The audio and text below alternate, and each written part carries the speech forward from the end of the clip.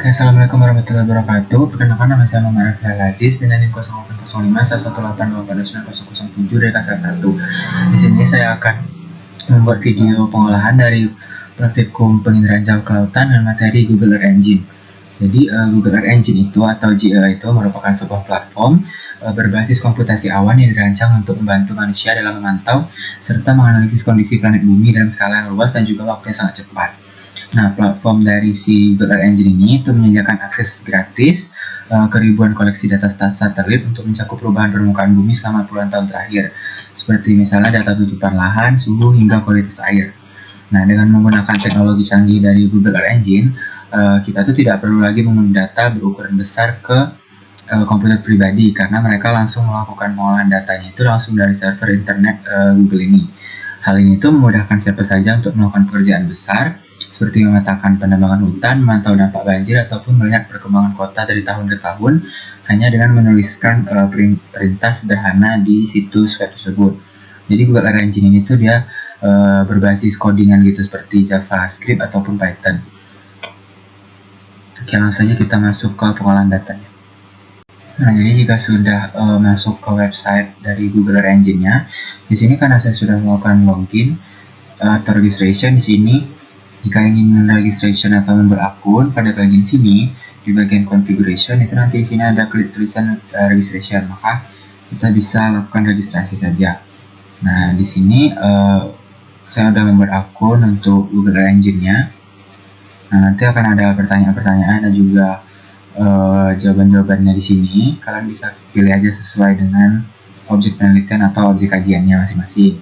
Setelah itu masuk ke bagian kode editornya.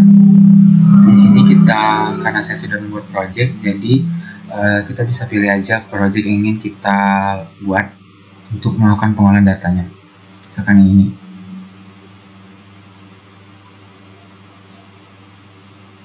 Masuk di bagian Google Earth Engine ini, di sini kan ada empat menu utamanya. Yang pertama itu yang di sebelah kiri atas, itu menu pertama. Nah, di sini tuh disebut dengan library karena dia ini berisi tentang script, dokumen ataupun aset-aset dari Google serta file-file yang kita upload di Google Earth Engine sesuai dengan kapasitasnya.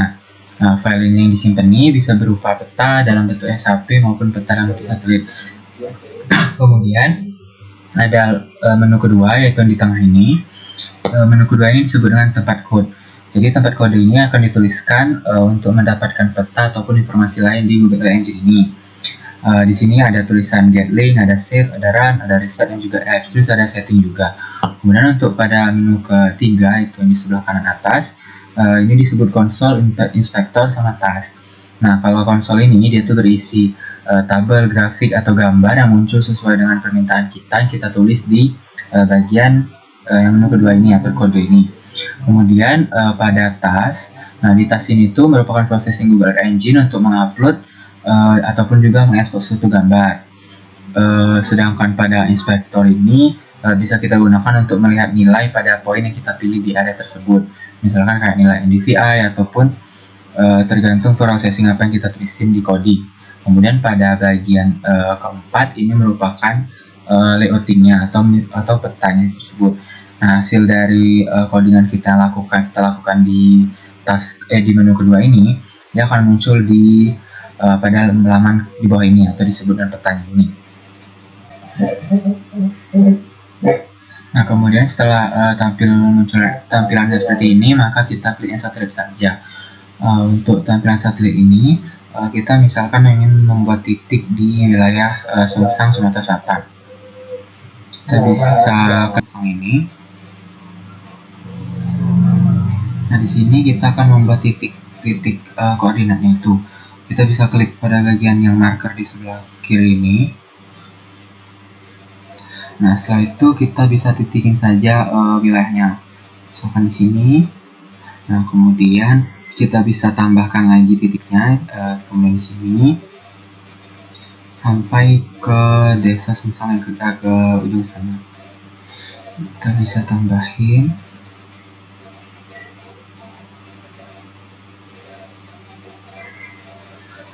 Nah, sampai ke sini.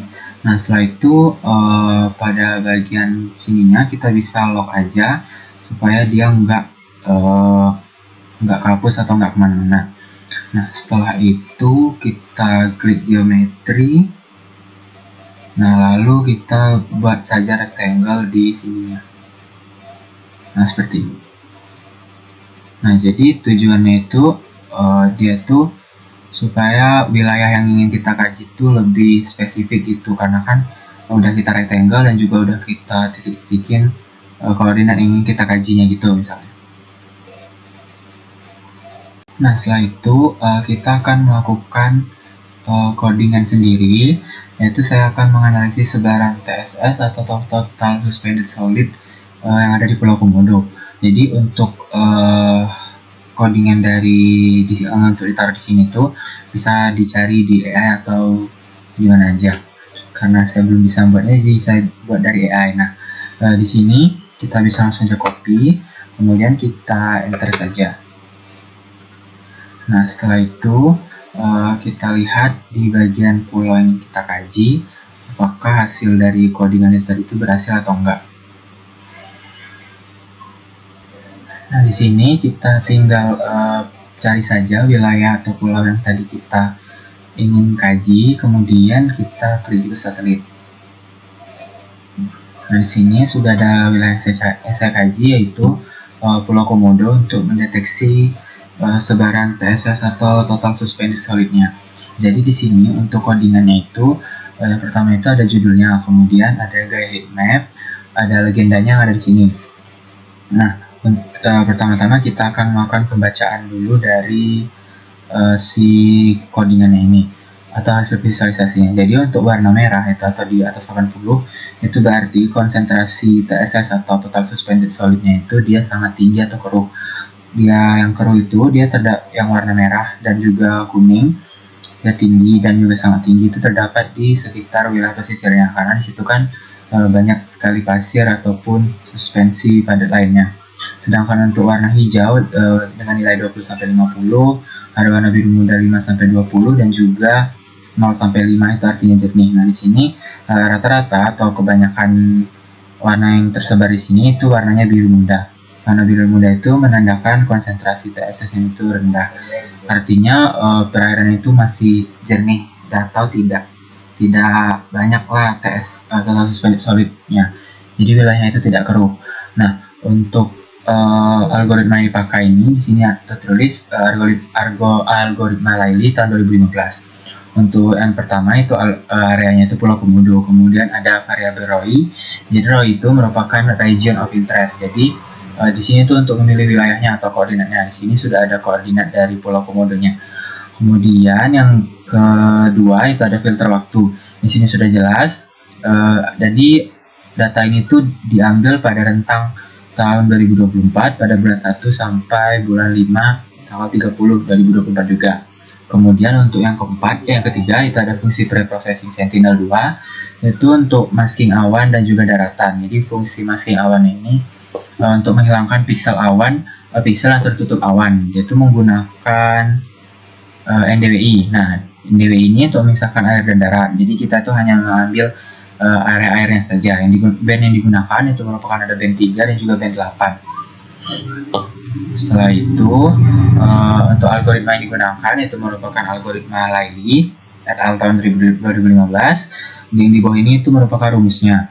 Ini itu merupakan band red dan juga ada mas lagi. Kemudian yang keempat itu pengambilan koleksi data. Jadi datanya itu dia ambil dari Copernicus, baik itu wilayah kajiannya maupun rentang waktunya serta tutupan awannya tadi. Kemudian untuk yang kelima itu ada smoothing. Ini untuk menentukan efek heat map-nya itu sendiri.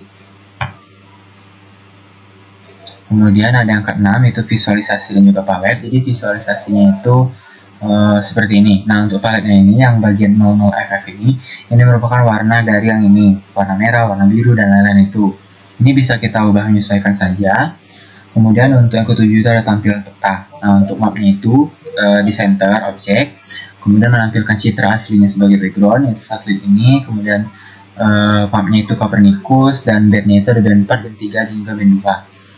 Nah, kemudian untuk pembuatan legenda, yaitu legenda di sini dia menggunakan posisinya itu di kanan bawah.